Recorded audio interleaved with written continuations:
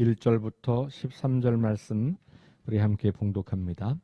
오순절 날이 이미 이름에 그들이 다 같이 한 곳에 모였더니 호련히 하늘로부터 급하고 강한 바람 같은 소리가 있어 그들이 앉은 온 집에 가득하며 마치 불의 혀처럼 갈라지는 것들이 그들에게 보여 각 사람 위에 하나씩 임하여 있더니 그들이 다 성령의 충만함을 받고 성령이 말하게 하심을 따라 다른 언어들로 말하기를 시작하니라.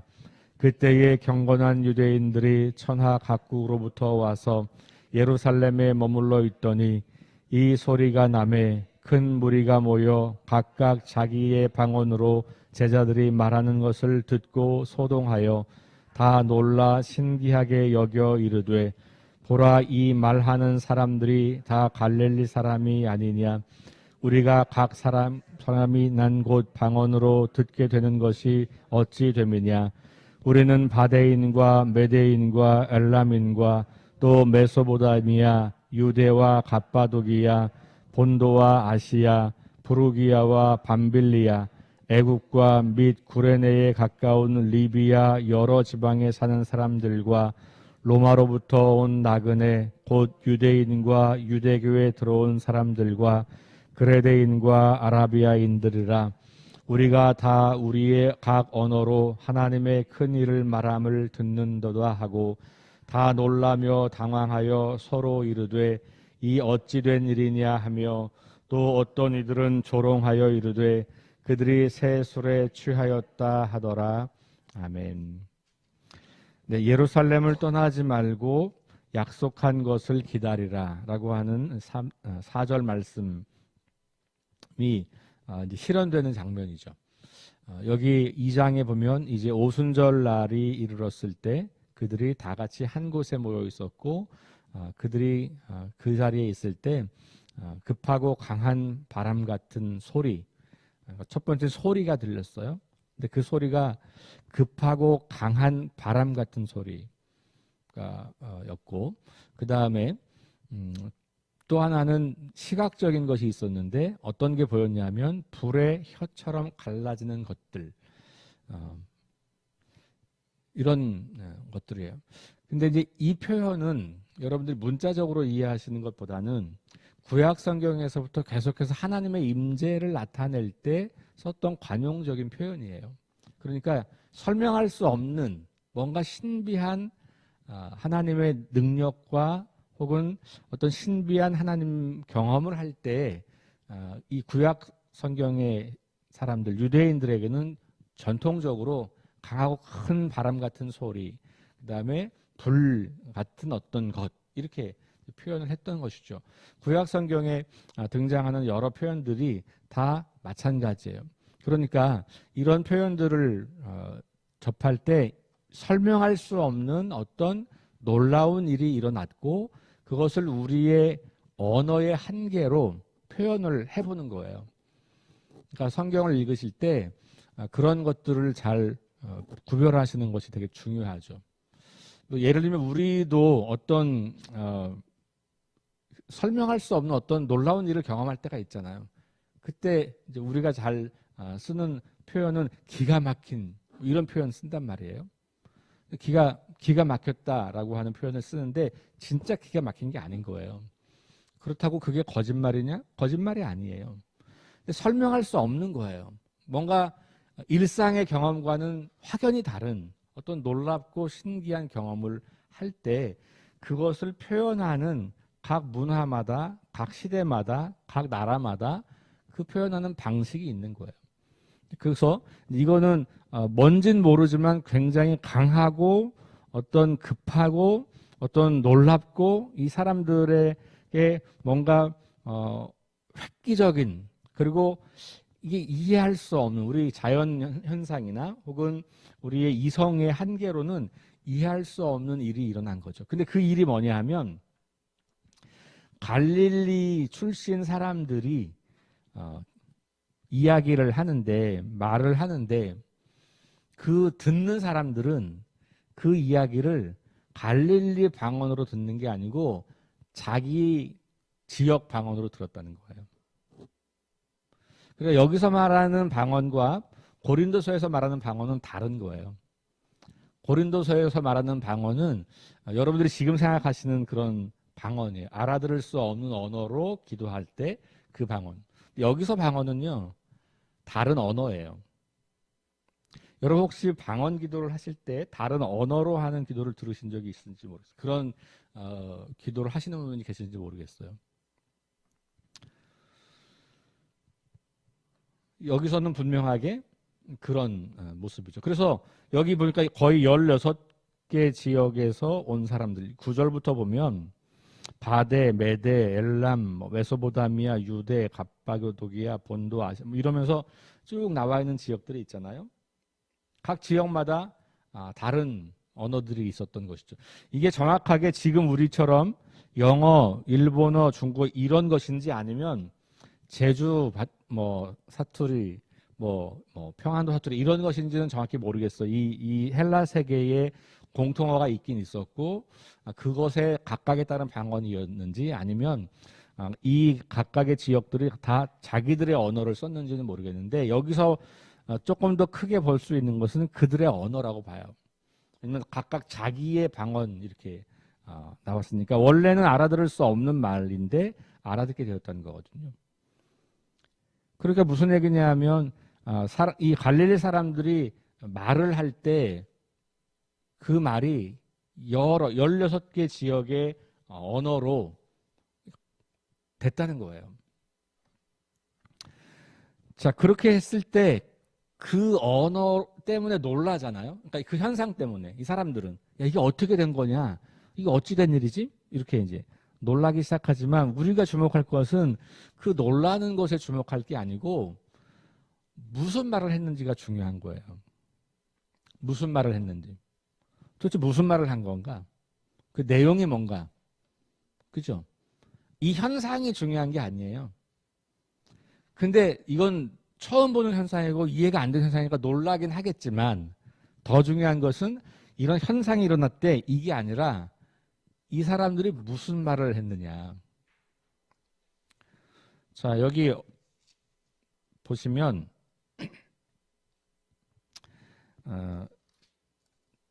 11절 보세요. 11절 보면 내용이 나와요. 무슨 얘기를 들었냐 하면 이 사람들은 무슨 얘기를 들었어요? 하나님의 큰일 말함을 들었다는 거예요. 그러니까 하나님께서 행하신 크고 놀라운 일에 대해서 들은 거예요. 그러니까 이 제자들이 그러면 이제 우리 1장과 연결해 봐야죠. 이렇게 나오면 이게 무슨 말을 했을까? 내용은 뭘까? 궁금하잖아요. 하나님이 행하신 큰 일이 뭘까? 예수님의 부활 이야기. 그리고 더 거슬러 올라가면 하나님 나라의 일. 당연하죠. 그 앞에 그렇게 나왔으니까. 그렇잖아요. 하나님의 일을 예수님께서 40일 동안 제자들에게 다시 가르쳐 주셨고 제자들은 그 얘기를 듣고 이제 우리가 예루살렘에서 모여서 성령을 받게 되고 그러면 뭐가 되라 그랬어요? 내 증인이 되라 그랬잖아요. 그러면 당연히 예수께서 너희가 죽인 예수께서 부활하셨고 그 부활하신 주님께서 하신 말씀은 하나님 나라고 이런 얘기를 한 거예요. 우리가 믿음 생활하면서 가장 빠지기 쉬운 오류는 내용 없는 형식에 빠지기 쉬운 거예요. 영적 체험이 특별히 그런 경우들이 많아요. 그래서 그 영적 체험을 통해서 우리가 하나님 말씀으로 충만해지고 예수 부활의 증인으로 우리의 증언을 행하고 사람들에게 하나님의 그 큰 일을 전파하는 것이 영적 체험의 본질이 가야 되는데 그 내용은 사라져버리고 나는 어떤 체험했어. 끝. 이렇게 되면 기독교와 타종교가 큰 차이가 없어지는 거예요. 왜냐하면 그런 영적 체험은 어디 동네나 다 있어요. 심지어 사이비에도 있으니까. 샤머니즘에도 있는 거고. 웬만한 종교에는 이런 영적 체험 현상들이 다 있거든요. 기독교적인 영적 체험이 뭐냐? 하나님께서 행하시는 일, 하나님의 크고 놀라운 일, 예수께서 부활하셔서 우리의 주인이 되셨고 하나님 나라를 선포하신 것이 끝난 게 아니고 지금도 계속되고 있어라고 하는 그 놀라운 사실을 더 담대하고 강력하게 증거할 수 있게 되는 것이 영적 체험인 거거든요. 그게 빠져버리면 체험은 체험으로 끝나버리는 거죠. 오래 못 가죠, 체험은. 그러니까 사람들은 자꾸 그 체험을 자꾸 원하는 거예요. 체험을 원하는 게 아니고 하나님께서 그런 것들은 필요하면 주시는 거예요. 왜냐하면 은사기 때문에.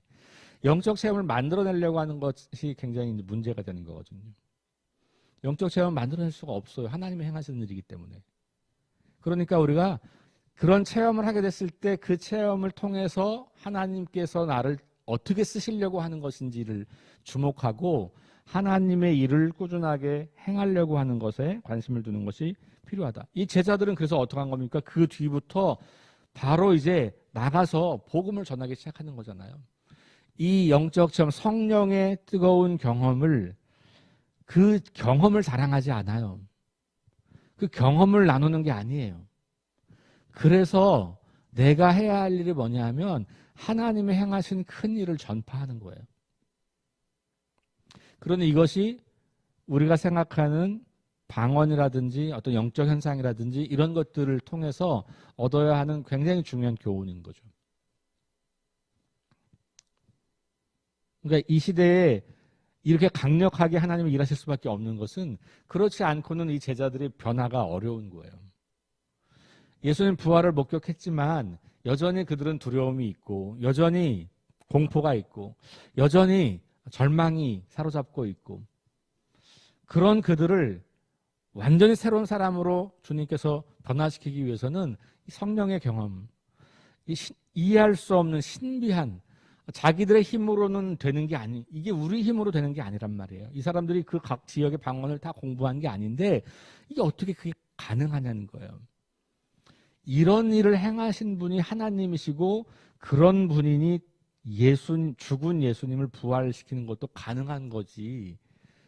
그러니 주님 살아난 게 맞네. 그러니 우리가 할 일은 주님을 전하셨던 하나님 나라 일을 계속하는 게 맞는 거야. 그리고 나온 거예요. 그러니까 영적 체험은 영적 체험 자체가 중요하지 않아요. 그 체험을 통해서 하나님이 우리를 어디로 데리고 가느냐. 우리가 어떻게 그 하나님의 역사하심에 동참하느냐. 그러니까 체험을 또 하는 게 동참하는 게 아니에요. 여기가 굉장히 중요한 지점이에요. 똑같은 체험을 또 해주세요라고 하는 거기에 우리가 현상에 매여 있으면 하나님이 우리에게 그 은사를 주시고 그렇게 놀라운 역사를 일으키신 것에 대해서 우리가 본질을 오해하기 시작하는 거예요. 본질은 뭐다? 하나님의 큰 일을 말하는 것. 여러분들이 경험한 그 하나님, 그러다 보니까 이 체험을 이야기할 수는 있겠죠. 이거 봐라, 하나님이 이렇게 하신 거야. 내가 할 수 없는 사람인데 하나님이 하셨어. 이렇게 이제 돼야 되는데 체험을 자랑하기 시작하면 마치 그게 내가 한 것처럼 자기를 자랑하게 되는 경우들도 많잖아요. 본질은 하나님이 행하신 일을 말하는 거다. 자, 그래서 그들이 다 놀라고 이렇게 되고 막 그렇게 뭐 오해를 하고 할 때 이제 14절 이하 이제 내일 볼 말씀이지만 베드로가 나타나서 이제 설교를 하는 거예요. 그러면서 이제 그 하나님이 행하신 그 큰 일에 대한 자세한 설명을 이제 여기서 하고 있는 거겠죠.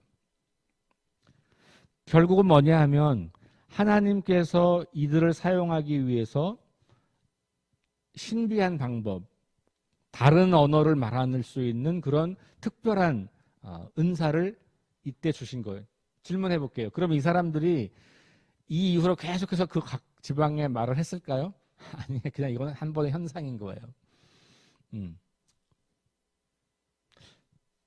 저는 제가 한번 말씀드렸죠. 저는 지금도 방언 기도를 못해요. 전 방언을 받은 적이 없어요. 근데 제가 중학교 3학년 때 제 생에 기도를 가장 많이 했던 시간이에요. 거의 매일 교회 와서 기도를 했고 새벽 예배를 그때 했고 학교를 갈 때 기도하고 학교를 갔고 교회 들려서 집에 올 때 교회 들려서 기도하고 왔고. 저만 그랬냐? 아니요. 우리 동네가 다 그런 거예요.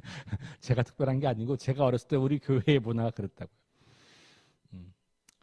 물론 제가 조금 더 많이 기도를 해서 새벽 예배를 제가 학생으로서는 거의 혼자 나갔으니까, 그리고 온갖 부흥회랑 부흥회 다 다녔고, 그 당시는 막 방언 못하면 막 이상한 취급받고 막 그랬거든요. 예.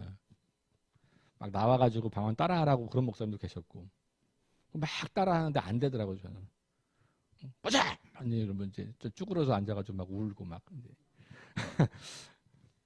근데 어느 날 제 친구하고 저하고 2명인가 3명인가가 기도를 하고 있을 때, 밤에 우리 교회에서 어디선가 내 주님 입으신 그 옷은 참 아름다워, 이 찬양의 영어로 제가 들리는 거예요. 완벽한 영어로. 그래서 제가 천사가 나타나는 줄 알았어요. 정말. 둘러봤는데 제 친구가 그 노래를 부르고 있는 거예요. 그 친구가 영어를 그렇게 잘하는 친구가 아니에요. 그리고 그런 발음을 우리 시대는 학교에서 배운 적이 없는 발음이에요. 근데 그 친구가 여자친구인데, 저의 여자친구가 아니라 여자인 친구라고요. 오해하지 마시고. 그 친구가 저는 정말 그 순간에 천사가 이곳에 와서 영어로 그 찬양을 부르는, 소름이 돋는 그런 경험을. 저는 그래서 외국어 방언이 가능하구나라는 걸 저는 그때 알았어요. 비록 제가 직접 한 건 아니지만 제 친구의 그 영어 찬양을 통해서. 그러니까 하나님이 그런 어떤 놀라운 일을 우리가 설명할 수 없는 일을 일으키시잖아요. 그 하나님이 하시는 일이니까. 우리가 할 수 없는 일이에요. 그러면 그 현상을 우리가 주목하고 그 현상을 따라가기 시작하면 잘못 가는 거고, 그 현상을 통해서 하나님이 나에게 뭘 말씀하시는 걸까? 그리고 내가 이런 경험을 통해서 나는 어떤 인생을 살아야 할까를 고민하고 기도하고 계속 그 길을 걸어가는 거죠. 그 친구는 러시아 선교를 오래 했어요. 남편과 함께. 남편이 물론 이제 목사 안수를 받고 남편과 함께 러시아 선교를 했던 친구인데, 지금은 다 연락이 되진 않지만 전 잘 모르겠어요. 그러나 그냥 제가 추측해 보건데 중학교 3학년 때 저는 목사가 되기로 결심을 했었던 사람이거든요. 그 친구는 목사가 되겠다는 결심을 해주지 않았던 것 같아요. 그런데 인생의 여정 가운데서 하나님이 그를 선교의 길로 안내한 것이 아닌가. 그리고 그 친구는 언제쯤인가 자기가 다른 일을 하다가도 그 부르심에 응답하고 남편과 함께 그 길을 걸어간 것이 아닌가 하는 생각이 들어요. 꼭 목회자가 되거나 선교사가 되라는 말씀은 아니에요. 그런데 우리의 인생 가운데 하나님이 행하신 일, 근데 그 행하신 일이 첫 번째는 성경을 통해서 여러분들이 배운 거예요. 하나님 어떤 일 하실지 궁금해 하시면 성경을 읽으시면 돼요. 성경을 통해서 하나님 행하신 일을 전하고 선포하는 것, 이것이 우리에게 굉장히 중요해요. 내게 일어난 놀라운 사건을 전하는 것은 조심스러워요.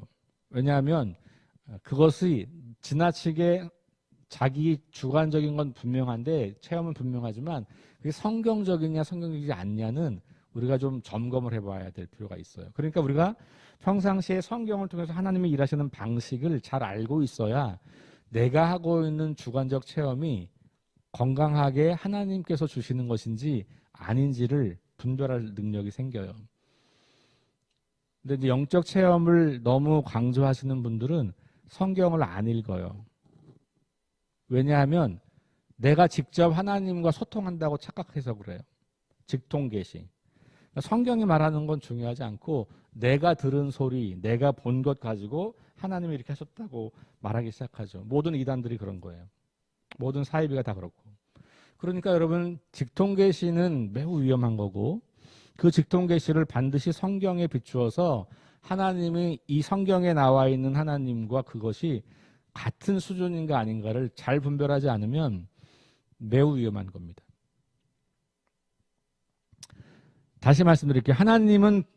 하나님이 하시는 일이기 때문에 우리가 할 수 없는, 이성으로는 상상할 수 없는 놀랍고 신비한 일들을 행하실 수 있는 분이에요. 그거에 대한 믿음은 우리가 분명하게 필요한 거죠. 하나님 우리 이성의 한계로 가둘 수는 없어요.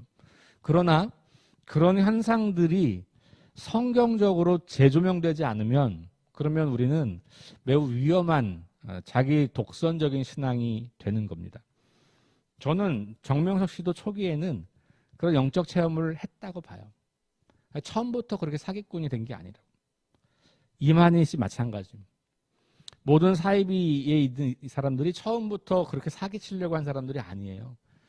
다 굉장히 신비한 영적 체험을 한 사람들이에요. 근데 그거를 성경으로 조명하지 않고 자기가 그걸 자기식으로 해석하기 시작하는 거죠. 그러니까 자기가 절대자가 되는 거고요. 하나님은 자기를 통해서만 일을 하는 게 되는 거고, 그걸 강요하게 되고, 그래서 사람들을 그렇게 거기에 굴복시키게 되는 거거든요. 사람들은 그런 걸 너무 좋아하는 거예요. 그 신비한 능력, 그 체험. 그리고 성경을 통해서 그걸 판단하려고 하지 않고 그게 놀라운 현상이 나타나면 그게 진짜다 이렇게 생각하는 거죠. 그래서 뭔가 신비한 능력을 행하는 사람이 진짜 좋은 목사고 훌륭한 목사고, 이렇게 성경을 풀어서 가르치는 사람들은 잘 정답을 잘 주지 않고 고민하게 하고 질문하게 하고 이러면 헷갈려 하는 것이죠. 초대교회의 이 첫 번째 있었던 성령의 이 놀라운 사건은, 첫 번째 우리가 생각하고 있는 그 알아들을 수 없는 방에서 통역이 필요한, 통변이 필요한 방언과는 전혀 다른 차원이다. 이건 그래서 다른 언어를 말한 거다라고 이해를 하셔야 될 것 같고, 그리고 나서 그 다른 언어를 말하게 하신 이유가 뭐냐면, 이 사람들이 갈릴리 출신들인데 여러 지역에서 온 사람들에게 다 복음을 전해야 되잖아요. 근데 이 사람들이 그 언어를 배워서 하려면 시간이 너무 오래 걸리는 거예요. 그렇잖아요. 그러니 이 명절에 예루살렘으로 몰려든 수많은 다른 지역 사람들의 그 언어와 그 방언으로 하나님이 행하신 놀라운 사건, 예수께서 부활했다고 하는 일, 하나님 나라의 일을 거기서 선포하기 시작하는 거예요. 그래서 복음이 이때부터 전해지기 시작한. 하나님께서 복음을 전하려고 신비한 영적 체험을 허락하신 거예요.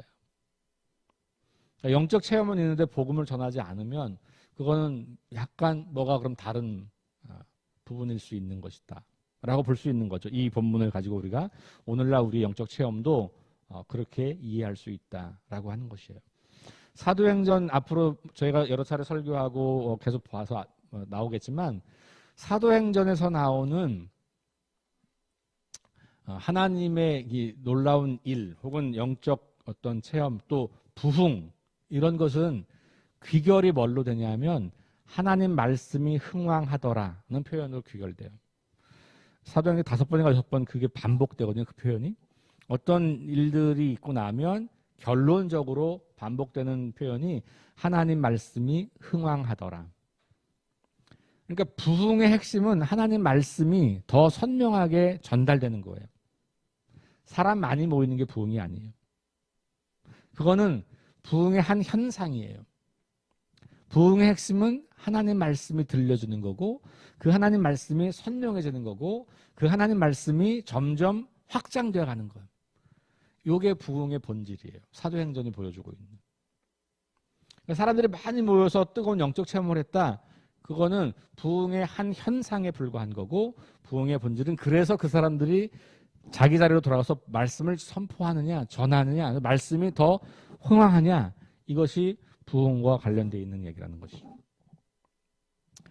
사도행전 여러분 계속 이번 기회에 여러 차례 반복해서 읽으시면서 깊게 묵상해 보시고 찾아보시고 공부해 보시고, 그러면서 이 사도행전 초대교회가 어떻게 태어나고 어떻게 자라고 어떻게 복음이 우리까지 왔는지에 대한 그 이야기들을 깊이 만나보시는 그런 귀한 시간이 되면 좋겠습니다. 우리 함께 기도하겠습니다. 하나님 감사합니다. 오늘 오순절날 임한 놀라운 성령의 역사, 하늘로부터 급하고 강한 바람 같은 소리가 들리고 불의 혀처럼 갈라지는 것들이 그들에게 보였던 시각적이고 청각적인 놀랍고 신기한 현상을 경험하면서 그들이 성령의 충만함을 받았던 것을 봅니다. 그 성령 충만함은 여러 다른 지역에서 온 사람들에게 그들이 갈릴리 말로 말하는 것 같지만 실은 그들이 알아들을 수 있는 언어로 말을 하기 시작했던 것. 그래서 그들이 하나님 행하신 놀라운 일을 듣게 됐다고 하는 것. 이것이 바로 오늘 오순절 성령 강림 사건의 본질인 것을 우리가 다시 보게 하심을 감사합니다. 하나님, 현상에 주목하는 것이 아니라 그 현상을 통해서 하나님이 행하신 일이 무엇인지 다시 하나님께서 행하시고 하나님께서 이루어 가시는 일들이 전파되고 사람들이 그것을 듣게 되고 그것을 듣고 회심하고 주님께 돌아오는 일들이 일어났다고 하는 것, 여기에 우리가 주목하며 오늘 우리 시대에도 경험되는 그 영적 체험과 그 신비한 현상들 속에서 그 현상에 눈멀지 않게 하시고 그런 일들을 통해서 하나님이 행하실 일들을 기대하고 나를 통해서 하나님이 어떻게 그 말씀을 온 세상 사람들에게 전하게 할지에 대한 기대를 가지고 그 일에 충성을 다하는 믿음의 사람들이 될 수 있도록 인도해 주옵소서. 하나님, 우리 석교교회에도 이와 같이 성령님의 강한 역사와 능력이 임하여서 그 능력을 경험한 우리 성도들이 하나님이 행하신 크고 놀라운 일, 예수 부활의 신기한 이 놀라운 사건을, 하나님 나라의 일들을 선포하고 드러내고 더 많은 사람들이 그것을 들을 수 있는 그 일에 동참하는 성도들이 다 될 수 있도록 함께하여 주옵소서. 감사드리며 예수님 이름으로 기도합니다. 아멘. 우리 함께 네 가지 기도 제목 가지고 기도합니다. 부활의 능력과 소망을 품고 하나님 나라를 증언하고 살아내게 하소서. 하나님 말씀이 기준이 되게 하소서. 김유동 권사님의 의식 회복과 질병과 연약함으로 고통당하는 사람들을 치유해 주십시오. 전쟁과 자연재해와 가난과 억압으로 고통당하는 지구촌 이웃들에게 은혜를 베풀어 주십시오. 우리 함께 합심해서 기도하고 개인 기도하고 돌아가겠습니다.